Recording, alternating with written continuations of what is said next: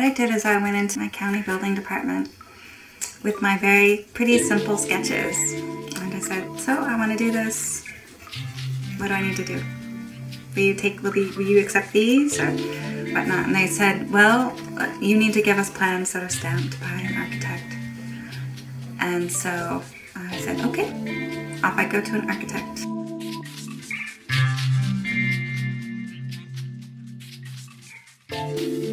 What it kind of boiled down to was that everybody in the regular permit process, all the different people along the way, everybody kind of gets their fee for their little bit of paper. And so, okay, I want to give you your fee and I want my piece of paper, so let's just make this work. And that's kind of what it almost boiled down to. I just paid all these people along the way. Everybody got their little bit of money, and I went back into the county and they said, okay, well, great, looks great. As long as it somewhat resembles the plans, we'll okay it. And that was that. And everything worked out. I did it.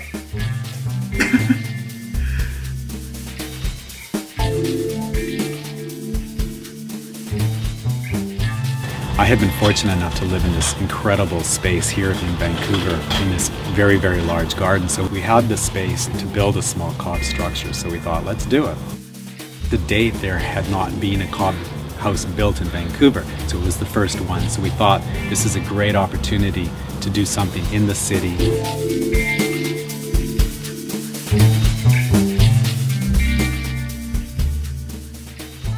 And at that time, not many people knew about it. Certainly building officials didn't know, so that's why we kept it under 100 square feet. So we didn't have to deal with code or permits and any of that. Yeah, I mean, people love it. People just love it. I mean, people fall in love with it. It's pretty cool.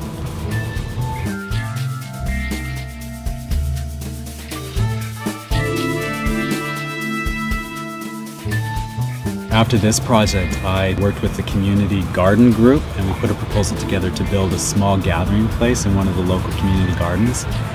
The arts and culture representative with the Parks Board thought it was one of the best proposals that she'd seen. A year later, there was the opportunity to build a popcorn stand in Stanley Park. The Parks Board approached me to build that building, and of course I jumped on the opportunity. I mean, Stanley Park is the premier park in North America. It's one of the most beautiful parks in the world, and thousands of visitors go to Stanley Park yearly. So it would be an amazing opportunity to showcase cob building. So it was very, very exciting. I think we're at a turning point in the city where the city is seriously looking at sustainability and really interested in showcasing sustainability projects. So it's great timing now to get involved in cob.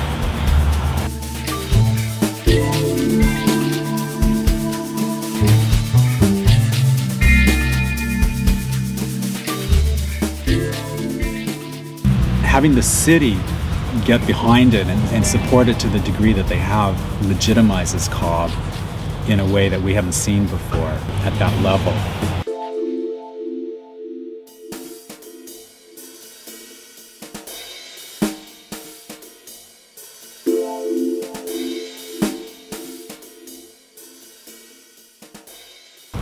As well, the university was very interested in doing some seismic testing, and they made available their labs, the seismic shake table, and everything for us at no cost. So Steve Lay, who was my partner in the project, he coordinated the seismic testing, so he built a scale model and we were able to test it.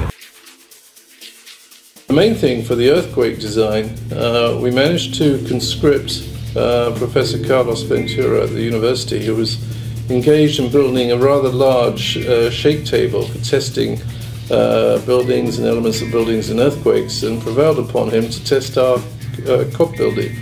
So a half-scale model was built using exactly the same techniques as will be used in the full-scale model, and the building was put on the shake table and tested to destruction.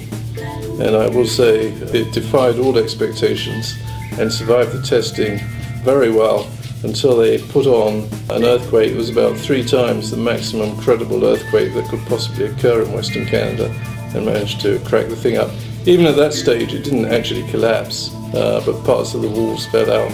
But it would still have met the criteria of the building code that that building did not collapse, and people, any occupants, could evacuate the building without injury.